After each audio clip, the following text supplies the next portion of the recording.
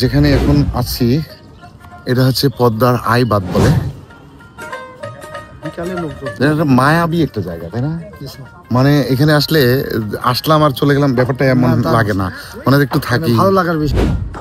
Fresh বাতাস, দিগন্ত দেখা যায় না এই পদ্মার এই আইবাদে অনেক বসার জায়গা আছে। এই যে প্রমত্তা পদ্মার যে দৃশ্য, এটা উপভোগ করা যায় সাত সকালে। সুন্দর বাতাস, একদম বিশুদ্ধ বাতাস যেটাকে বলে, এটাও নেওয়া যায়। অর্থাৎ সকালে ঘুম থেকে উঠে যদি এখানে এসে একটু অবসর কাটানো যায়, বেশ ভালো লাগে, দিনটা সুন্দরভাবে শুরু হয়। এটাই হচ্ছে এর ম্যাজিক।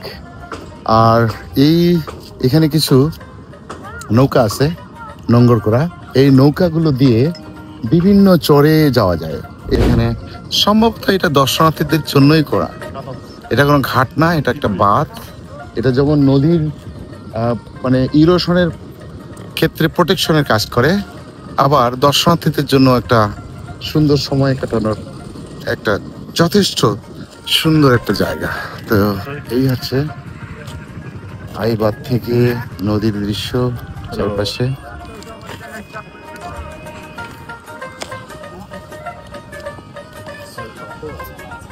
আর এই যে বাঁধটা, এখান থেকে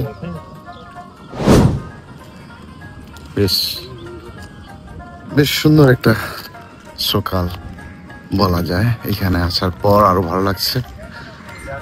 ওই যে আমাদের এটা হচ্ছে পূব দিগন্ত, সূর্য উঠেছে, এখন প্রায় 8টা বাজে। আর এটা হচ্ছে পশ্চিম, অর্থাৎ এই যে নদী, এটা হচ্ছে চাঁপাই নবাবগঞ্জ হয়ে এসেছে।